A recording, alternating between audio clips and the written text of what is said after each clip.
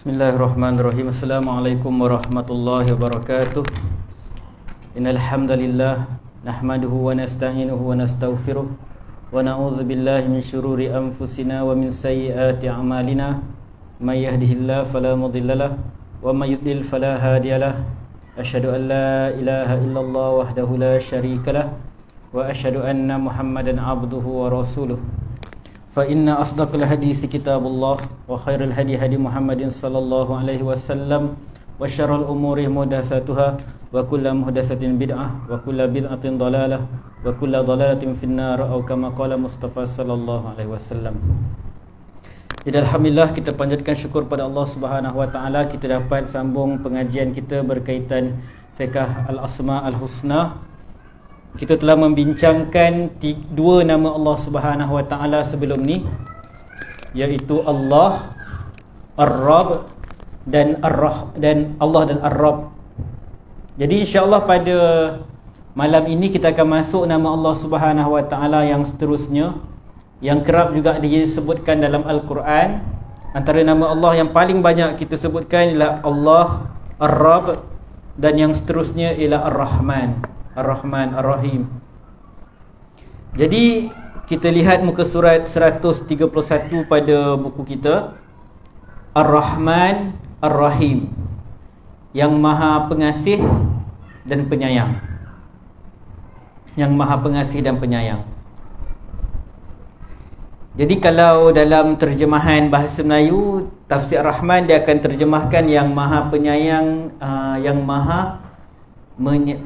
maha penyayang lagi menyayangi. Lebih kurang macam tu dia bezakan. Ar-Rahman tu dia akan sebutkan dengan maha penyayang, yang maha menyayangi, dan yang Ar-Rahim dia akan dalam bentuk perbuatan. Jadi ada isu pada terjemahan tu kerana kefahaman kepada perbezaan maksud Ar-Rahman dan Ar-Rahim. Jadi kita nak lihat di sini apakah beza Ar-Rahman dan Ar-Rahim, yang mana para ulama' banyak berbahas tentangnya. Kerana kalau ia sama, kenapakah Allah Subhanahu wa taala banyak mengulangi dia? Maksudnya lepas Ar-Rahman disebutkan Ar-Rahim. Kalau sama, kenapa diulangi? Jadi timbul persoalan di situ. Kerana itu para ulama' membahaskan.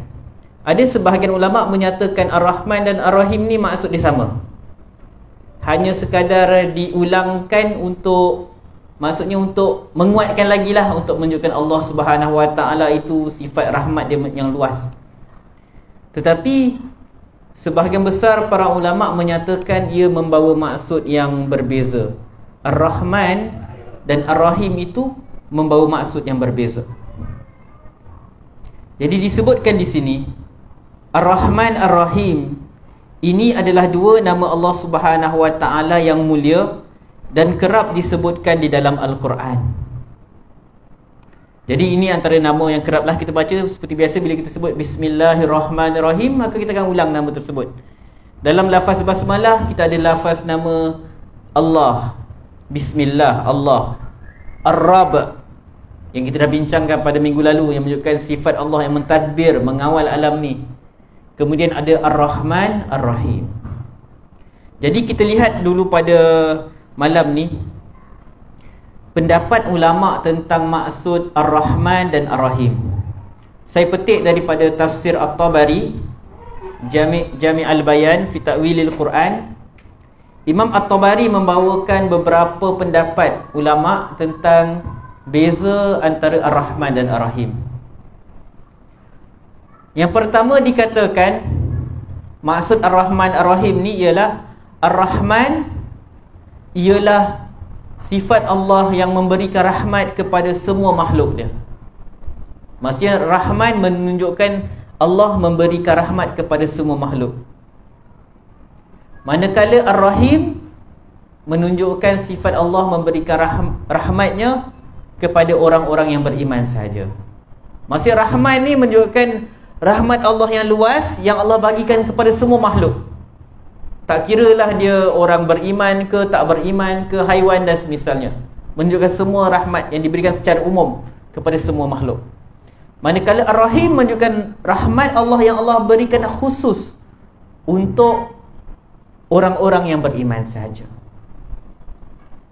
Jadi rahmat Allah ni ada yang semua orang dapat, dan ada yang orang-orang tertentu sahaja dapat. Jadi pendapat pertama macam tu. Rahman menunjukkan rahmat Allah untuk semua makhluk. Rahim menunjukkan Allah memberi rahmat kepada orang-orang yang beriman. Itu pendapat pertama.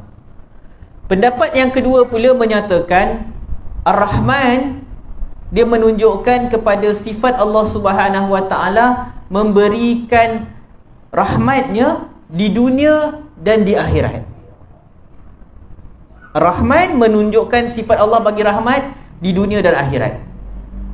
Manakala Ar-Rahim, dia lebih khusus, dia menunjukkan sifat Allah Subhanahu Wa Taala yang memberikan rahmat di akhirat. Di akhirat saja. Ar-Rahim ni ditujukan kepada rahmat yang khas di hari akhirat sahaja. Kemudian pendapat yang ketiga pula, dia menyatakan kenapa Allah Subhanahu Wa Taala sering gabungkan Ar-Rahman dan Ar-Rahim ini. Pertama, disebutkan di sini lebih kurang maksud yang sama ni, farabbuna jalla sana'uhu rahman jami'ul khalqi fid dunya wal akhirah. Allah memberikan rahmat pada semua makhluknya, dan rahim kepada makhluk yang beriman di dunia dan di akhirat. Dan ada lagi beberapa pendapat yang membezakan. Jadi dua pendapat yang besar inilah yang kita nampak, iaitu pertama, Rahman ni ditujukan kepada semua makhluk, Rahim ditujukan kepada orang yang beriman. Yang kedua, Rahman adalah rahmat di dunia dan Rahim adalah rahmat di akhirat. Ada pendapat yang ketiga, ini dinukilkan oleh Al-Imam Ibn Qayyim rahimahullah. Dan kalau kita baca tafsir Al-Baghawi juga menyebutkan perkara yang sama. Ar-Rahman, ia menunjukkan sifat zatiyah Allah Subhanahu Wa Taala yang sentiasa memiliki rahmat. Kita dah bincang sebelum ni tentang jenis-jenis nama Allah Subhanahu Wa Taala. Ada sebahagian nama yang menunjukkan sifat zatiyah. Sifat zatiyah ini menunjukkan sifat yang sentiasa ada pada Allah. Dia bukan perbuatan, dia sifat yang sentiasa ada. Jadi Ar-Rahman menunjukkan Allah yang memiliki, yang sentiasa memiliki rahmat yang luas. Manakala Ar-Rahim, dia berkaitan dengan sifat fi'liyah, sifat yang menunjukkan kepada perbuatan Allah. Maksud Ar-Rahim berkaitan perbuatan Allah memberikan rahmat kepada hamba-hambanya. Rahman menunjukkan sifat Allah memiliki rahmat. Maksud Allah sentiasa memiliki rahmat tersebut. Rahim, sifat yang menunjukkan perbuatan Allah memberikan rahmat kepada hamba-hamba dia. Jadi kita sebutkan dulu, kita dah sebut sifat zatiyah ni ialah sifat yang sentiasa ada pada Allah Subhanahu Wa Taala. Al-Hayyu, yang maha hidup, sentiasa ada pada Allah Subhanahu Wa Taala. Dia bukan berkaitan dengan perbuatan Allah. Jadi sama juga Ar-Rahman, sifat yang bermaksud memiliki rahmat yang sangat luas, sentiasa ada pada Allah. Tetapi Ar-Rahim, dia menunjukkan sifat Allah yang memberi rahmat. Dia sifat fi'liyah. Jadi bila sifat Allah yang dalam kategori sifat fi'liyah, sifat yang berbentuk perbuatan, memberi rahmat, maka ia berkaitan dengan masyiatullah, kehendak Allah. Sama, bila Allah nak bagi, Allah bagi. Bila Allah tak nak bagi, Allah tak nak bagi. Jadi Ibn Qayyim rahimahullah, dia membawakan pendapat ini. Dia menyatakan itu beza dia. Jadi inilah beberapa huraian ulama' berkaitan perbezaan pendapat, perbezaan maksud antara Ar-Rahman dan Ar-Rahim. Jadi seperti yang kita dah bincangkan sebelum ni, bahawa apabila Allah Subhanahu Wa Taala menyebutkan nama dia, walillahil asmaul husna, Allah memiliki nama-nama yang indah. Apakah keindahannya? Maksudnya nama tu memiliki maksud yang indah, yang cantik. Dan Allah Subhanahu Wa Taala akan sebutkan nama itu di tempat yang sesuai dalam ayatnya, dalam ayat Al-Quran. Dan ini perkara yang sering kita abaikan. Kadang-kadang kita bila baca satu ayat hukum hakam, di hujung tu ada sebut tentang Allah Sami'ul Alim ke, dan semisalnya, kita selalu abaikan yang hujung tu. Sedangkan ada perkara yang Allah nak sampaikan. Kenapa Allah letak nama dia lepas terangkan tentang hukum hakam tersebut? Jadi kita lihat dalam buku ni dibawakan dalil yang pertama tentang nama Ar-Rahman. Banyak dalil Ar-Rahman dalam surah Al-Fatihah kita dah sebut, tapi dia kuat di sini surah Taha ayat kelima. Ar-Rahmanu 'alal 'arsy istawa. Allah Ar-Rahman, yang biasa kita terjemah yang Maha Penyayang lah, atau yang Maha Pemurah. Allah yang Maha Pemurah 'alal 'arsy istawa. Dia istawa di atas arasy-Nya. Istawa ni kalau dalam terjemahan tafsir Pimpinan Ar-Rahman oleh Syekh Abdullah Basmai, dia terjemahkan sebagai bersemayam. Bersemayam. Jadi bila kita berinteraksi dengan dalil macam ni, Allah bersemayam. Kalau kita secara, bila kita bercakap tentang makhluk raja bersemayam, kita tahu raja bersemayam ni dia duduk atas singgasana dia. Tapi bila kita kata Allah bersemayam, pertama kita kena fahami, kita kena yakini bahawa Allah Subhanahu Wa Taala tidak akan sama sekali dengan makhluk. Apa yang tergambar di fikiran kita, raja bersemayam macam tu dan ini, Allah bukan macam tu. Cuma Allah Subhanahu Wa Taala sebut istawa, dia istawa, dan terjemahan dalam bahasa Melayu yang paling dekat dengan dia ialah bersemayam, maka digunakan perkataan tersebut. Jadi Ar-Rahman bersemayam di atas arasy. Jadi kalau kita lihat dalam Al-Quran, beberapa ayat yang menyebutkan Allah berada di atas arasy, ia menggunakan nama Allah Ar-Rahman.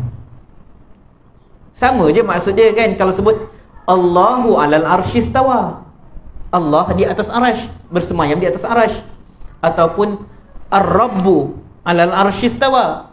Dari segi maksud, semua tu ditujukan kepada Allah. Tetapi kenapa bila Allah Subhanahu Wa Taala menceritakan dia bersemayam di atas arasy yang sesuai dengan keagungannya, tak sama dengan makhluk, Allah gunakan nama dia Ar-Rahman. Ar-Rahman saya suka terjemahkan yang maha luas rahmat dia. Jadi ayat ni kita boleh terjemahkan Allah yang maha luas rahmatnya bersemayam di atas arasy. Itu surah Taha ayat yang kelima. Kita lihat dalam surah Al-Furqan ayat ke-59. Kata Allah Subhanahu Wa Taala, dalam buku ni dia petik separuh je ayat tu, dia kata summastawa 'alal 'arsy. Kemudian dia bersemayam di atas arasy. Kita lihat full ayat tersebut. Allah Subhanahu Wa Taala sebut allazi khalaqas samawati wal arda wama bainahuma fi sittati ayyam thumma istawa 'alal 'arsy. Allah lah dia yang menjadikan langit dan bumi dan segala apa yang ada pada antara keduanya pada 6 masa. Fi sittati ayyam. Ayyam ni boleh terjemah pada 6 hari. Tapi kemudian dia akan terjemah sebagai 6 masa, sebab hari ini dia 24 jam. Tapi masa di sisi Allah bukan sama macam masa kita. Jadi terjemahan yang lebih tepat, fi sittati ayyam, pada 6 masa. Thumma istawa 'alal 'arsy. Allah cipta langit dan bumi dan segala yang makhluk yang ada antara keduanya dalam 6 masa. Summa ni kita terjemahkan kemudian. Masa lepas Allah ciptakan langit dan bumi, Allah bagi tahu apa yang dia buat. Summa istawa 'alal 'arsy. Kemudian Allah bersemayam di atas arasy. Kemudian dia bersemayam di atas arasy. Lepas tu Allah sebut apa? Ar-Rahman. Dialah yang maha luas rahmatnya. Fas'al bihi khabira. Dialah Ar-Rahman yang maha luas rahmatnya, maka tanyalah hal itu kepada yang mengetahuinya. Tentang penciptaan langit dan bumi, Allah cerita. Lepas Allah cerita dia yang ciptakan langit dan bumi dan segala-galanya, kemudian dia bersemayam di atas arasy, Allah sebut Ar-Rahman. Lepas sebut arasy, Allah sebut Ar-Rahman, yang maha luas rahmat dia. Jadi timbul persoalan kepada kita, kenapa digunakan perkataan Ar-Rahman ni? Cuma sebelum kita masuk, apa kaitan, apa relevannya Ar-Rahman yang maha luas rahmatnya dengan arasy Allah Subhanahu Wa Taala, keberadaan Allah di atas arasy? Kita nak lihat sedikit bagaimana orang-orang musyrikin mereka mengingkari nama Allah Ar-Rahman ni. Tadi kita baca surah Al-Furqan ayat 59. Kita tengok ayat seterusnya, ayat yang ke-60 dalam surah Al-Furqan. Kata Allah, wa idza qila lahum usjudu lirrahman, apabila dikatakan kepada mereka, apabila dikatakan kepada orang-orang musyrikin itu, usjudu lirrahman, sujudlah kepada Ar-Rahman. Qalu wa marrahman, orang musyrik itu menjawab, wa marrahman, Ar-Rahman tu apa dia? Ar-Rahman tu apa dia? Berbentuk pertanyaan, macam mereka tak tahu Ar-Rahman tu apa. Tetapi kalau kita baca, kita tafsir, kita baca konteks ayat dia, bukan mereka tak tahu maksud Ar-Rahman tu apa. Mereka engkar. Sebab mereka pernah dengar nama perkataan Ar-Rahman tu, mereka pernah dengar, tapi mereka engkar. Jadi pertanyaan ni kadang-kadang dalam bentuk memang tak tahu, kadang-kadang dalam bentuk kita engkar sesuatu perkataan. Jadi mereka engkar bila Allah Subhanahu Wa Taala suruh Nabi SAW suruh mereka sujud kepada Ar-Rahman. Mereka kata, Ar-Rahman, wa mar-Rahman, Rahman tu apa? Mereka kata, anasjudu lima ta'muruna wa zadahum nufura. Mereka kata, patutkah kami sujud kepada apa sahaja yang engkau perintahkan kepada kami? Dan hal itu, perintah untuk sujud kepada Ar-Rahman, menyebabkan mereka itu menjadi semakin nufura, semakin liar, engkar, menjauhkan diri. Jadi Al-Imam Ibn Katsir rahimahullah dalam tafsirnya, tafsir Al-Quranil Azim, dia menyatakan Allah Subhanahu Wa Taala menyebutkan ayat ini sebagai pengingkaran terhadap orang-orang yang musyrikin, yang mana mereka sujud kepada selain Allah Subhanahu Wa Taala. Mereka sujud kepada berhala, mereka sujud kepada benda-benda yang mereka jadikan sekutu kepada Allah Subhanahu Wa Taala. Jadi mereka bila disuruh sujud kepada Ar-Rahman, mereka berkata seolah-olah mereka tak kenal Ar-Rahman. Ibn Katsir kata mereka mengingkari untuk dinamakan Allah dengan Ar-Rahman sebagaimana pengingkaran mereka dalam perjanjian Hudaibiyah. Perjanjian Hudaibiyah, kalau kita ingat, berlaku yang lepas Nabi SAW nak masuk ke Mekah kan, nak tunaikan umrah, tapi dihalang, tak dibenarkan.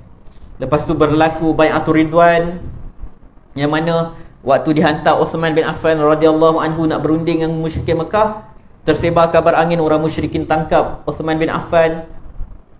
Lalu lepas tu berlakulah perjanjian antara orang Islam Madinah dengan musyrikin Mekah, perjanjian Hudaibiyah. Jadi perjanjian Hudaibiyah tu panjanglah cerita dia, tapi salah satu yang berlaku ialah bila Nabi SAW bila tulis, Nabi SAW akan mulakan dengan Bismillah, Bismillahirrahmanirrahim. Jadi bila Nabi SAW suruh sahabat untuk tulis macam tu, orang musyrikin mereka ingkar. Mereka kata, kami tak kenal siapa Ar-Rahman ni, kami tak kenal siapa Ar-Rahim ni. Sebaliknya tulislah Bismikallahumma. Mereka kenal Allah, namakan Allah mereka kenal. Jadi mereka minta ditulis Bismikallahumma. Para sahabat tak nak yang menulis apa tu perjanjian ni, mereka tak nak ikut apa ni pendapat musyrikin ni, arahan musyrikin untuk padam Ar-Rahman Ar-Rahim tu. Tapi Nabi SAW bertindak sebagai seorang Rasul dan sebagai seorang pemimpin yang bijak. Dia pandang lebih jauh, ada benda yang lebih penting daripada sekadar mengekalkan lafaz Bismillah tu. Dia kata padam. Banyak lagi dalam perjanjian Hudaibiyah tu yang para sahabat tak sanggup nak buat. Antaranya bila mereka minta padam perkataan Muhammad Rasulullah tu, mereka suruh padam. Sebab orang musyrikin, mereka bukan beriman Nabi SAW sebagai utusan Allah. Jadi mereka tak nak ada benda tu dalam perjanjian. Para sahabat tak nak padam benda tu, sebab mereka beriman Nabi SAW Rasulullah. Tiba-tiba nak suruh padam, tulis Muhammad je, atau Muhammad bin Abdullah saja. Tapi Nabi SAW suruh padam juga. Jadi itu yang berlaku. Mereka ingkar nama Allah Subhanahu Wa Taala Ar-Rahman. Dan perkara yang sama dalam surah Al-Isra ayat 110. Dalam buku ni tak ada, saya bawa kan. Surah Al-Isra ayat 110. Allah Subhanahu Wa Taala sebut, Qul id'ullaha wid'ur rahman. Katakanlah wahai Muhammad, ud'ullah awid'ur rahman. Serulah nama Allah, berdoalah kepada Allah, atau serulah atau berdoalah kepada Ar-Rahman. Jadi Allah Subhanahu Wa Taala suruh Nabi sallallahu alaihi wasallam bagi tahu kepada orang musyrikin doa ke Allah atau doa kepada Ar-Rahman. Kemudian ayyamma tad'u falahul asmaul husna. Mana sahaja di antara dua nama ni yang kamu berdoa dengannya, dia tetap Allah Subhanahu Wa Taala. Allah memiliki nama-nama yang indah. Surah Al-Isra ayat 10. Jadi Imam At-Tabari rahimahullah bawakan tafsir, diterangkan tentang ayat ni. Dia menyatakan bila Nabi SAW terangkan perkara ni, maka ada orang-orang musyrikin yang menyatakan bahawa Muhammad SAW disembah dua Tuhan. Dia sembah Allah dan dia sembah Ar-Rahman. Dinukilkan daripada Abdullah bin Abbas, yang mana dia kata Nabi SAW ketika sujud, Nabi SAW berdoa Ya Rahman, Ya Rahim. Jadi orang-orang musyrikin bila dengar, dia kata dia ni sembah dua Tuhan, dia bukan sembah satu Tuhan. Jadi Allah pun turunkan ayat ni, ingkari mereka bahawa Ar-Rahman ke Ar-Rahim ke, itu semua merujuk kepada Allah Subhanahu Wa Taala. Jadi orang musyrikin dia ingkar nama Allah Subhanahu Wa Taala Ar-Rahman. Dan di sini disebutkan dalam antara ayat yang dibawakan oleh pengarang ialah surah Ar-Rahman. Saya langkau sikit sebab ada kaitan dengan isu ni. Surah Ar-Rahman dimulakan dengan nama Allah Ar-Rahman, yang maha luas rahmatnya. Allamal Quran, dialah yang mengajarkan Al-Quran. Asy-Syankiti rahimahullah, Imam Asy-Syankiti dalam Adwa'ul Bayan, dia menyatakan sebahagian ulama tafsir menyatakan bahawa ayat surah Ar-Rahman ini, ayat pertama surah Ar-Rahman ini Allah turunkan sebagai jawapan kepada sebahagian musyrikin yang mengingkari nama Allah Ar-Rahman. Jadi Allah jawab kat mereka, nama aku Ar-Rahman. Dan antara bukti keluasan rahmat Allah, Allah allamal Quran, Allah mengajarkan Al-Quran. Okay, kita lihat ayat yang seterusnya. Tadi kita dah janji kita nak bincangkan tentang apakah hubungan antara Ar-Rahman dengan Istawa. Arash ni singgahsana Allah Subhanahu Wa Taala. Ada banyak ayat Al-Quran berkaitan singgahsana Allah. Misalnya dalam surah Az-Zumar ayat 75, Allah Subhanahu Wa Taala sebut, wa taral malaikata haffina min haulil arsh yusabbihuna bihamdi rabbihim. Pada hari itu kau akan lihat malaikat beredar di sekeliling arash dengan bertasbih memuji Tuhan mereka. Jadi Imam At-Tabari lepas dibawakan ayat ni, dia huraikan Al-Arash ni bermaksud As-Sarir. As-Sarir ni singgahsana. Al-Imam Al-Baihaqi dalam kitabnya Al-Asma' wa As-Sifat, dia menyatakan ahlu tafsir menerangkan bahawa Arash ini dia adalah singgahsana. Ia adalah satu jisim yang memiliki bentuk yang Allah Subhanahu Wa Taala telah ciptakan, dan Allah Subhanahu Wa Taala suruh malaikat memikulnya. Dalam ayat-ayat lain disebut malaikat memikul Arash. Dan Allah Subhanahu Wa Taala menyuruh para malaikat untuk beribadah kepadanya dengan memuliakannya dan bertawaf di sekeliling Arash tersebut. Sebagaimana Allah Subhanahu Wa Taala ciptakan di muka bumi satu rumah, iaitu Kaabah Baitullah, dan disuruh untuk manusia tawaf di sekelilingnya, maka begitu jugalah Arash Allah Subhanahu Wa Taala, Allah suruh malaikat untuk tawaf keliling dia.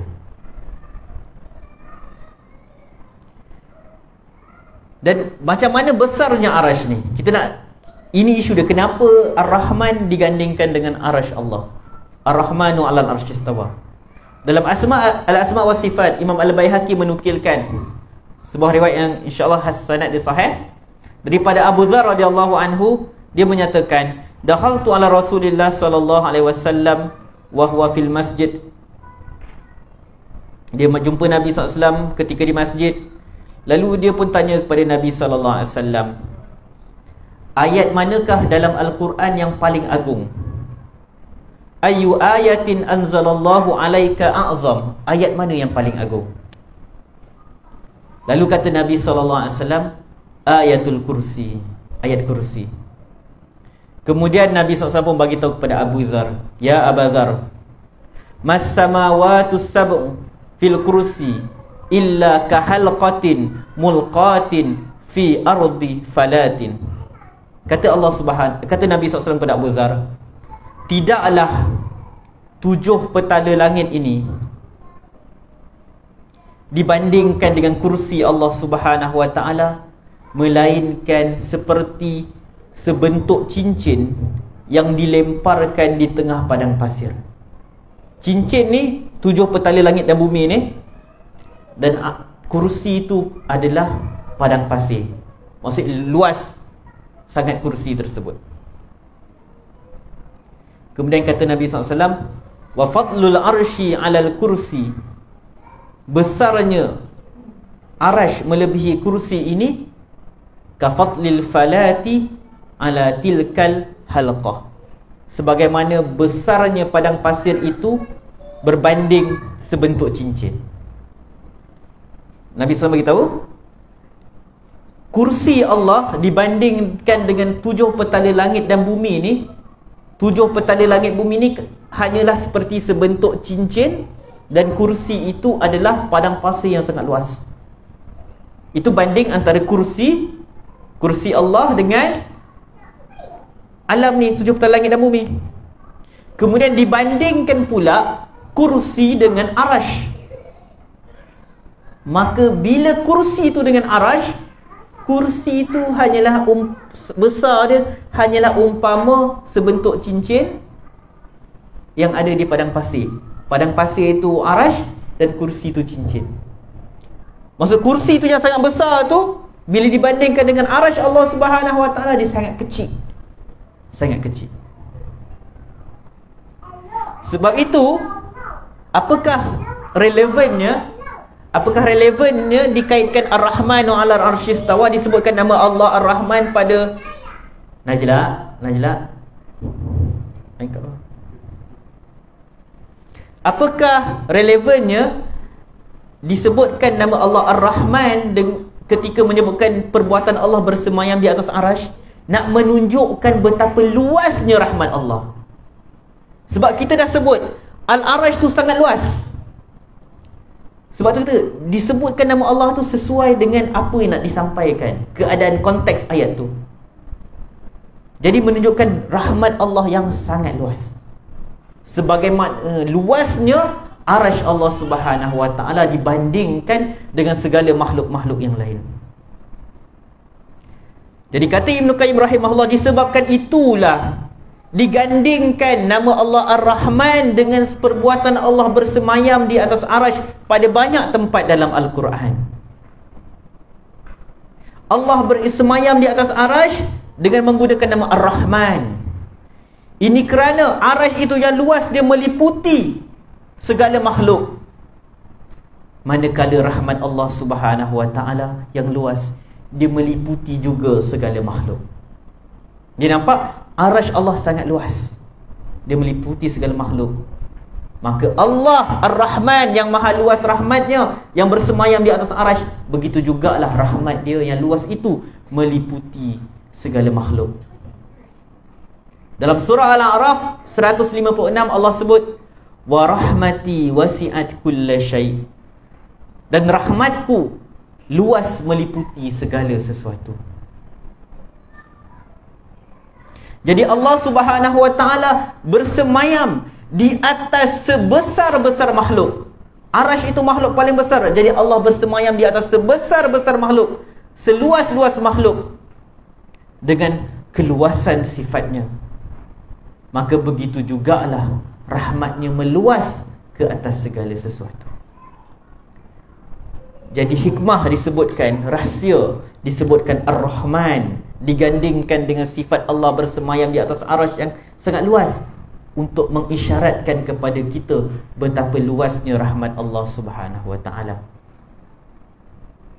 Bahkan dalam sebuah hadis yang sahih dari Imam Al-Bukhari dan Muslim daripada Abu Hurairah radhiyallahu anhu, Nabi sallallahu alaihi wasallam sebut, "Lamma khalaqallahu al-khalqa", apabila Allah, ketika Allah, selepas Allah menciptakan makhluk-makhluknya, kataba fi kitabih, Allah menuliskan di kitabnya, fahuwa indahu fawqal arash, dan kitab itu berada di sisinya di atas arash. Apa yang tertulis pada kitab tersebut? Inna rahmati taghlibu ghadabi, sesungguhnya rahmatku mengatasi kemurkaanku. Di atas arash tertulis, sesungguhnya rahmatku mengatasi kemurkaanku. Jadi kita nampak dalil-dalil yang bercakap tentang arash, dia akan berbicara tentang rahmat Allah, nak menunjukkan kepada kita betapa besarnya, betapa luasnya rahmat Allah Subhanahu wa taala. Okey, kita masuk ayat yang seterusnya. Surah Maryam ayat 45. Ayat ni berkaitan dengan kata-kata Nabi Ibrahim, dakwah Nabi Ibrahim kepada ayah dia. Disebutkan di sini, inni akhafu an yamassaka azabun minar rahman. Sesungguhnya aku risau, aku takut. Dia takut pada siapa? Ayah dia. Aku takut, wahai ayah, yang kamu ini akan ditimpa azab. Azab daripada siapa? Ayyamassaka azabun minar rahman. Aku risau, wahai ayah, aku takut kamu ni mendapat azab daripada Ar-Rahman. Kita dah sebut sebelum ni, bila Allah sebut satu perkara dan disebutkan nama Allah, nama tu mesti sesuai dengan konteks dia, kan? Secara logik yang kita fikir, cerita tentang azab, sesuai ke disebutkan nama Allah Ar-Rahman? Allah yang maha luas rahmatnya mengazab, macam tak kena kan ayat tu, kan? Kalau Al-Jabbar ke, Al-Aziz ke, sesuai lah yang maha perkasa. Tiba-tiba ayat ni guna nama Allah, suruh sebut nama dia Ar-Rahman. Ar-Rahman yang mengazab. Jadi apa benda mesej yang Allah Subhanahu wa taala nak sampaikan? Apa dia yang Nabi Ibrahim AS nak sampaikan kepada ayah dia tu? Kita lihat ayat ni daripada ayat 44 Surah Maryam. Nabi Ibrahim kata ke ayah dia, ya abati la ta'budis syaitan, wahai ayahku, jangan sembah syaitan. Inna syaitana kana lirrahmani asiya.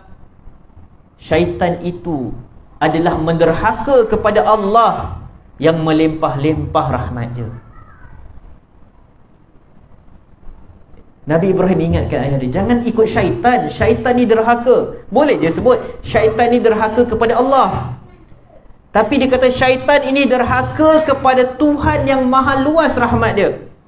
Syekh Basmi terjemah, yang melimpah-limpah rahmat dia. Seolah-olah Nabi Ibrahim AS nak bagi tahu ke ayah dia, jangan ikut syaitan. Teruk sangat syaitan ni. Dia ingkar kepada Tuhan yang luas rahmat dia. Tuhan yang dah bagi pelbagai jenis rahmat kepada makhluk. Sama ada dia beriman atau kafir, tapi dia masih ingkar kepada Tuhan yang luas rahmat dia. Nak menunjukkan syaitan ni jahat sangat. Sampai kepada Tuhan yang luas rahmat pun dia nak ingkar, dia nak lawan. Lepas tu dia sebut, ya abati inni akhafu an yamassaka azabun minar rahman. Ya abati, wahai ayahku, aku takut ayah akan diazab oleh Tuhan yang maha luas rahmatnya. Fatakuna lisyaitani waliya, maka dengan sebab itu ayah kamu akan jadi rakan kepada syaitan. Jadi apa yang nak disampaikan oleh Nabi Ibrahim AS? Pertama, kita ringkaskan, seolah-olah ayat ni nak menunjukkan isyarat dia masih lagi harap ayah dia bertaubat, tinggalkan kesyirikan kepada Allah Subhanahu Wa Taala. Sebab tu dia sebut nama Allah, Allah yang maha luas rahmat. Dia nak bagi tu ke, dia seolah-olah dia nak bagi tu ke ayah dia, ayah berhentilah syirikkan Allah Subhanahu Wa Taala. Allah ni maha luas rahmat dia. Kalau ayah bertaubat, Allah akan terima taubat ayah. Jadi pengajaran kepada kita, kita bila nak ajak orang tinggalkan benda salah, tinggalkan maksiat, dalam hati kita mesti penuh dengan mengharap agar dia ni kembali pada Allah Subhanahu Wa Taala. Kita cuba juga ingatkan dia, Allah ni maha menerima taubat. Taubatlah. Rahmat Allah luas. Taubat. Kalau kau syirik Allah, berhenti syirikkan Allah. Rahmat Allah luas. Itu pertama. Yang kedua, nak menunjukkan bagaimana besarnya dosa yang dilakukan oleh ayah dia. Apa yang dilakukan oleh ayah Nabi Ibrahim AS? Mensyirikkan Allah Subhanahu Wa Taala. Sampai bagaimana besarnya dosa itu, dengan sifat Allah yang maha luas rahmatnya, Allah tetap akan azab dia. Walaupun Allah luas rahmat dia, Allah akan tetap azab dia, sebab dia syirikkan Allah Subhanahu Wa Taala. Sebab kita bila bicara tentang Ar-Rahman yang maha luas azab ni, kita kata, oh Allah maha penerima taubat, Allah penyayang, Allah pengasih, segala benda lah yang seronok-seronok. Tapi bila kamu syirikkan Allah Subhanahu Wa Taala, kamu tetap akan diazab. Walaupun Allah itu maha luas rahmatnya, tetapi sifat dia yang maha luas rahmat tu tidak menghalang dia daripada mengazab orang-orang yang mensyirikkan Allah Subhanahu Wa Taala. Sebab sebahagian orang dia tertipu, dia kata, okey tak apa, kita buat apa sahaja, Allah kan maha luas rahmat dia. Tapi ingat, apabila kita syirikkan Allah Subhanahu Wa Taala, Allah yang Ar-Rahman itulah juga yang akan mengazab kita. Allah yang maha luas rahmatnya itulah yang akan mengazab kita. Sebab betapa teruknya diri kita, kita tahu Allah rahmat dia luas, tetapi kita masih kufur kepada dia. Kita masih mensyirikkan dia. Kita tahu rahmat yang Allah berikan kepada kita tak berhenti-henti sejak kita lahir. Kita dapat rahmat Allah Subhanahu Wa Taala, tetapi kita masih kufur kepada dia. Maka orang yang mensyirikkan Allah Subhanahu Wa Taala, dia tidak akan terlepas daripada azab Allah Subhanahu Wa Taala. Jadi penyebutan nama Allah Ar-Rahman pada azab yang Nabi Ibrahim sebutkan ni untuk menunjukkan, pertama, harapan. Dia harap ayah dia bertaubat. Yang kedua, nak menunjukkan pastinya kalau ayah dia tak bertaubat, masih kekal dalam mensyirikkan Allah, dia pasti akan diazab oleh Allah Subhanahu Wa Taala. Sebab kita boleh bayangkan, kalau Ar-Rahman yang maha luas rahmatnya mengazab seseorang, maksudnya orang ini dia melakukan satu jenayah yang sangat teruk, sampai sifat rahmat Allah tak menghalang Allah daripada mengazab orang tersebut. Okey, kita lihat ayat yang seterusnya dalam surah An-Naba. Rabbus samawati wal ardi wa ma bainahuma ar-Rahman. Dialah Tuhan yang mentadbir langit dan bumi dan apa yang ada di antara keduanya. Ar-Rahman, dialah yang maha luas rahmatnya. Allah mentadbir langit dan bumi dengan rahmatnya. Allah memenuhkan, menghantar rahmatnya ke muka bumi ini, kepada makhluk-makhluknya. Okey, kita masuk yang perenggan bawah ni. Kebanyakan nama Ar-Rahim disebutkan dalam Al-Quran dengan diikat oleh kata-kata yang lain. Jadi kita dah sebut tadi, Ibn Qayyim sebut Ar-Rahim tu adalah sifat fi'liyah Allah. Sifat Allah memberikan rahmat dia. Jadi bila sifat memberikan rahmat, sifat fi'liyah, maka dia berkaitan dengan kehendak Allah. Siapa orang yang Allah nak bagi rahmat? Ada rahmat yang Allah bagi kat semua orang. Oksigen Allah bagi kat semua orang. Tapi ada rahmat yang khas Allah bagi kat orang-orang tertentu. Okay, kita berhenti untuk azan dulu sebelum kita sambung berkaitan Ar-Rahim.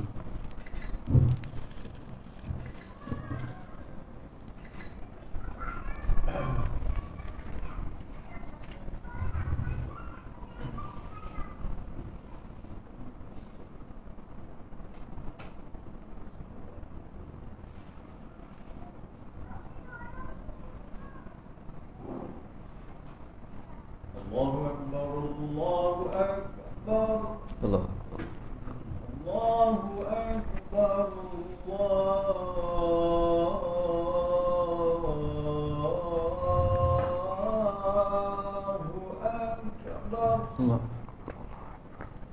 أشهد أن لا إله إلا الله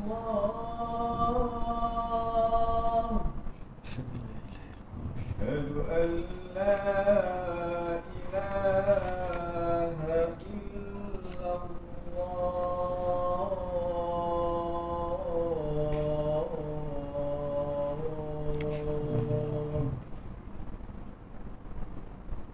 أشهد أن محمد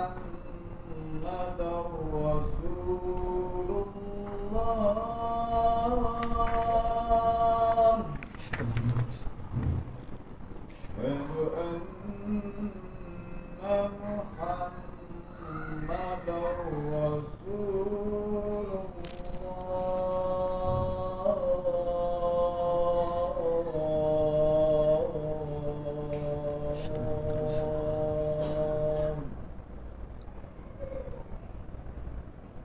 حي على الصلاة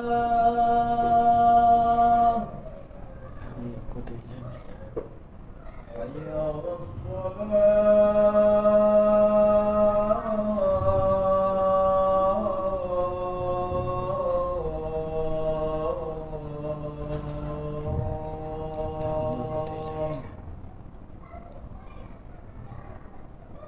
حي على الفلاح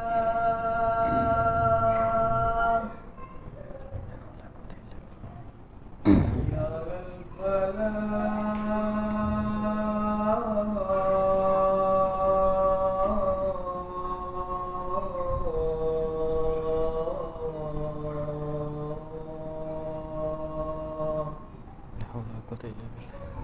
الله أكبر الله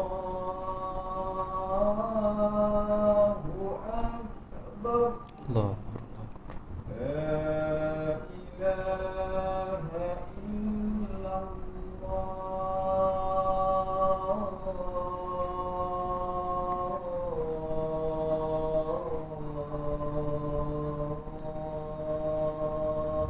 La ilaha illallah. Allahumma salli ala Muhammad wa ala ali Muhammad.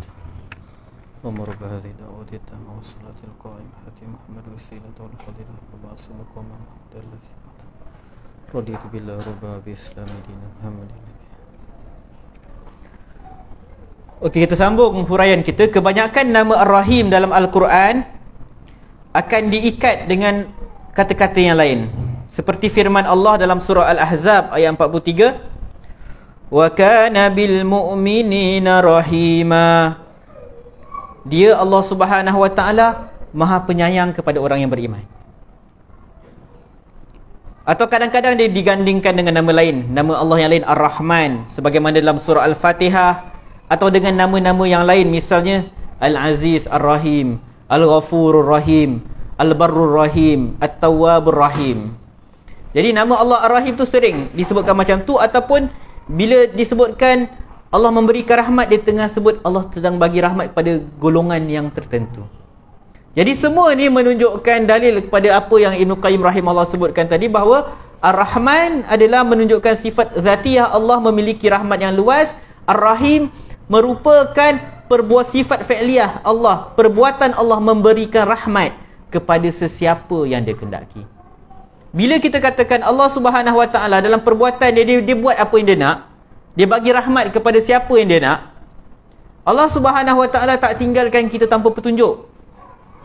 Allah Subhanahu wa taala bagi tahu dalam Al-Quran siapakah orang yang Allah nak bagi rahmat kepada dia. Jadi tidaklah kita tertanya siapa yang akan dapat rahmat yang khusus daripada Allah ni, yang mana bukan diberikan kepada semua orang. Jadi dalam surat 132, kedua nama ini memiliki kedudukan yang sangat tinggi dan mulia. Ia dijadikan sebagai pembuka kepada Ummul Quran, ayat pertama dalam surah Al-Fatihah, dan banyak lagi. Kemudian yang kedua, nama ini sering digabungkan dalam beberapa tempat dalam Al-Quran yang semuanya menunjukkan akan sifat rahmat kepada Allah Subhanahu wa taala. Akan tetapi penggabungan keduanya juga menunjukkan akan sifat dan pengaruh yang berkaitan dengannya. Ar-Rahman menunjukkan memiliki sifat rahmat, dan Ar-Rahim adalah yang memberi rahmat yang kita dah bincangkan tadi, yang kita dah terangkan tadi. Jadi surah Al-Ahzab ayat 43 tadi, wa kana bil mu'minina rahima, dan dia memberikan rahmat kepada siapa? Orang-orang yang beriman. Jadi ada rahmat daripada Allah Subhanahu Wa Taala yang Allah Subhanahu Wa Taala hanya berikan kepada orang beriman. Oksigen Allah bagi kat semua. Semua makhluk, semua manusia, kafir ke, beriman ke, baik ke, jahat, Allah bagi kat semua. Surah At-Taubah Allah SWT sebut, innahu bihim raufur rahim. Sesungguhnya Allah Maha Pengasih lagi penyayang kepada mereka. Rauf, dia Maha Pengasih, lembut. Rahim, yang memberikan rahmat, penyayang kepada mereka. Allah sayang orang-orang tertentu sahaja. Jadi Allah bukan sayang semua orang, bukan. Kadang-kadang kita nak menunjukkan rahmat Allah, kita Allah sayang semua, tak, bukan. Allah bagi rahmat betul kat semua orang, sebab ada rahmat yang umum untuk semua. Tapi sayang Allah bukan dekat semua orang. Allah sayang orang tertentu, dan Allah bagi tahu siapa yang Allah Subhanahu Wa Taala sayang. Okey. Disebutkan sini, di dalam kedua nama ini terkandung kesempurnaan rahmat yang merupakan sifat Allah dan keluasannya. Apa yang ada di bumi dan di langit dari kemaslahatan, kecintaan, kegembiraan dan kebaikan, semua itu pengaruh daripada rahmat Allah Subhanahu Wa Taala. Demikian pula dijauhkan dari segala perkara yang dibenci, azab, malapetaka, perkara-perkara yang menakutkan dan bahaya dan memudaratkan, semua itu juga daripada rahmat Allah Subhanahu Wa Taala. Jadi semua benda yang kita dapat kat dunia ni adalah daripada rahmat Allah. Oksigen, ilmu. Tuan-tuan, kita datang kat surau hari ni, datang untuk belajar tu rahmat Allah. Tapi rahmat Allah yang khas. Bukan semua orang Allah bagi hidayah untuk datang ke surau solat berjemaah. Ini contoh paling mudah kita nak faham. Ar-Rahim, Allah yang memberikan rahmat kepada siapa yang dia kendaki. Contohnya hidayah. Hidayah tu rahmat daripada Allah Subhanahu Wa Taala, petunjuk daripada Allah Subhanahu Wa Taala. Allah bagi petunjuk kepada sesiapa yang dia kendaki, bukan semua orang. Misalnya nak hadir solat berjemaah, bukan semua orang. Oksigen hampir semua orang dapat. Tapi hidayah Allah untuk datang solat berjemaah Allah bagi kepada sebahagian orang. Kefahaman. Semua yang datang majlis ilmu hari ni, adakah semua faham pada level yang sama? Mungkin fahamlah juga kan. Tapi ada orang dia faham sikit, ada orang dia faham banyak. Kefahaman ni juga adalah rahmat daripada Allah Ar-Rahim, tapi dia bagi kefahaman tu kepada sesiapa yang dia kendaki. Jadi nampak contoh paling mudah dia macam itulah.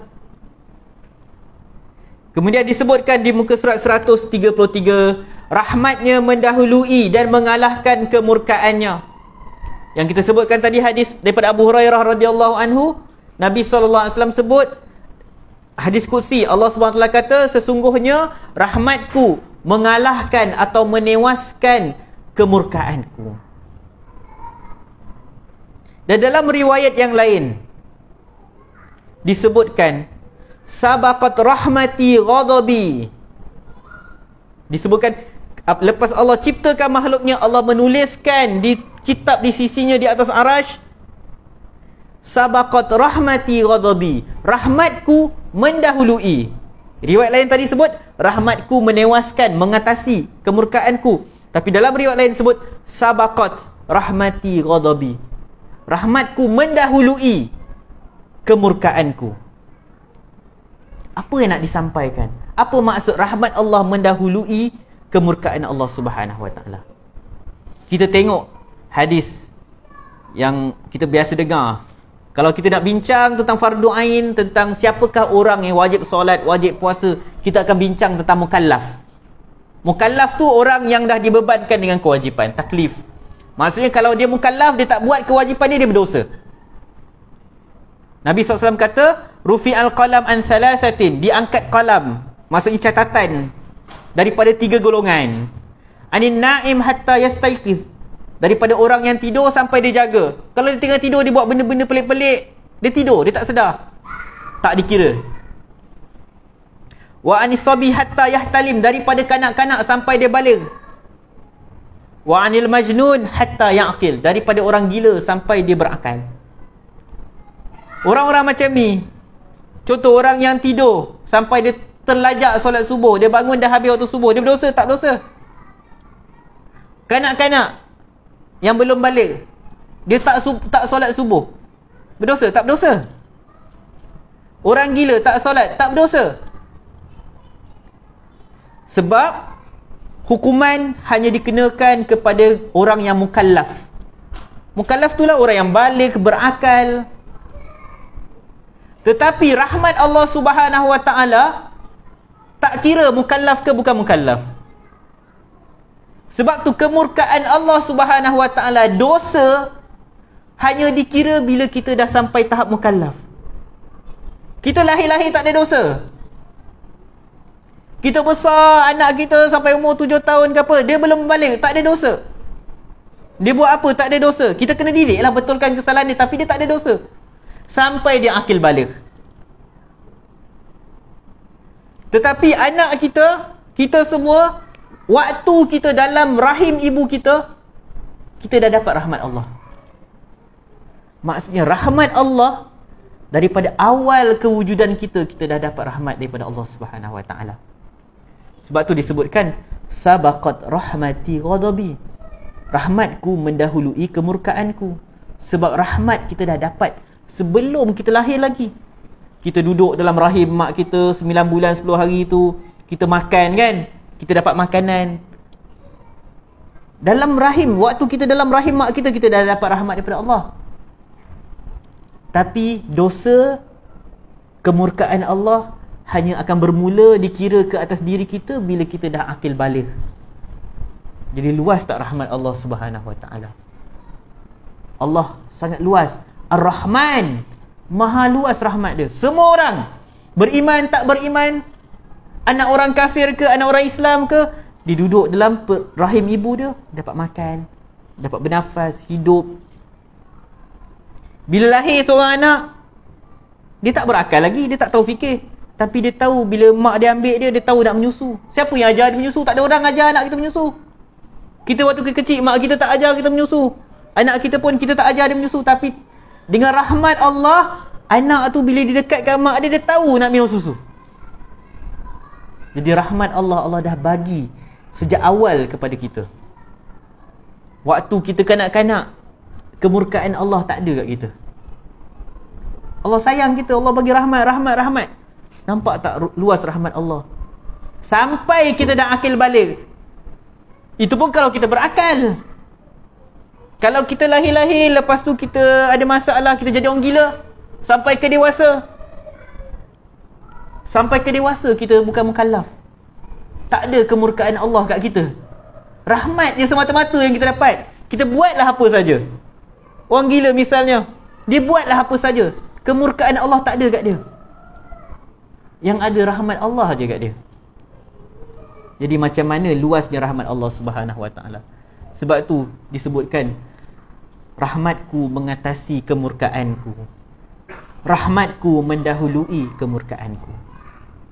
Jadi tuan-tuan, bila kita dah faham benda ni, macam mana Allah Subhanahu Wa Taala luas rahmat dia. Kita semua dapat rahmat Allah sejak kita dalam rahim mak kita lagi. Rahmatnya mendahului dan mengalahkan kemurkaannya, dan selalu tampak pada makhluk-makhluknya dengan jelas yang tak dapat diingkari lagi.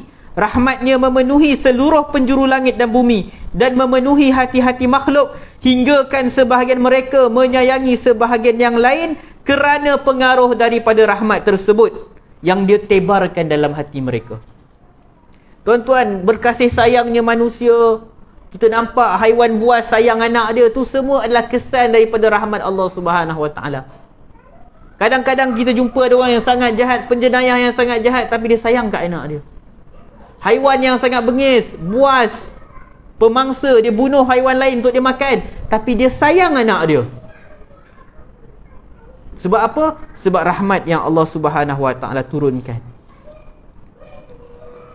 Kemudian disebutkan di sini, demikian pula nampak jelas pengaruh rahmatnya dalam perintah dan syariatnya, seperti yang nampak dalam penglihatan dan hati manusia, serta diakui oleh setiap yang memiliki akal yang sihat. Tuan-tuan, Allah Subhanahu Wa Taala hantar Nabi SAW sebagai apa? Wa ma arsalnaka illa rahmatan lil alamin. Tidaklah kami hantar engkau, utus engkau wahai Muhammad, kecuali sebagai pembawa rahmat ke seluruh alam. Ajaran yang dibawa oleh Nabi SAW rahmat untuk seluruh alam. Maksudnya rahmat Allah ini terzahir juga dalam ajaran Islam, dalam hukum hakamnya. Kadang-kadang kita tak nampak, sebab kita lihat pada zahir. Bila Allah Subhanahu Wa Taala sebut dalam Al-Quran pada pencuri, potong tangan dia, kita nampak potong tangan saja.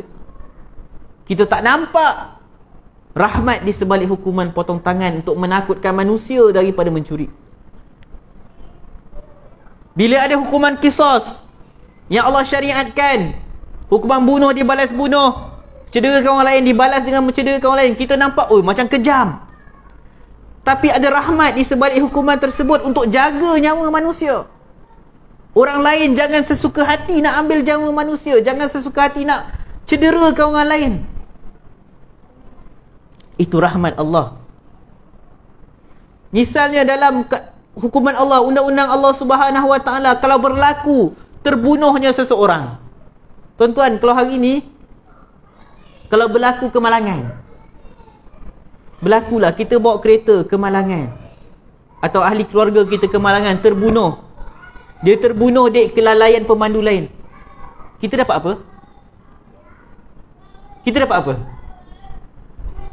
Misalnya, anak seorang, anak yatim piatu, bapa dia mati sebab aksiden. Dia dapat apa? Kalau yang dijatuhkan hukuman sebab memandu dalam, sebab mungkin memandu dalam keadaan cuai dan semisalnya, kalau dia bayar denda, dia bayar kat siapa? Dekat waris mangsa tu ke ataupun pada pemerintah? Kerajaan kan? Yang anak yatim piatu ni dapat apa? Tak dapat apa. Lainlah kalau bapak dia takaful ke apa ke, insurans ke apa, dapatlah. Tapi rahmat Allah pada undang-undang dia ada diat, blood money. Ambil nyawa orang, terbunuh orang disebabkan kelalaian kita, walaupun bukan sengaja, kena bayar. Untuk apa? Untuk waris-waris dia, anak-anak dia. Tapi kita tak nampak rahmat ni.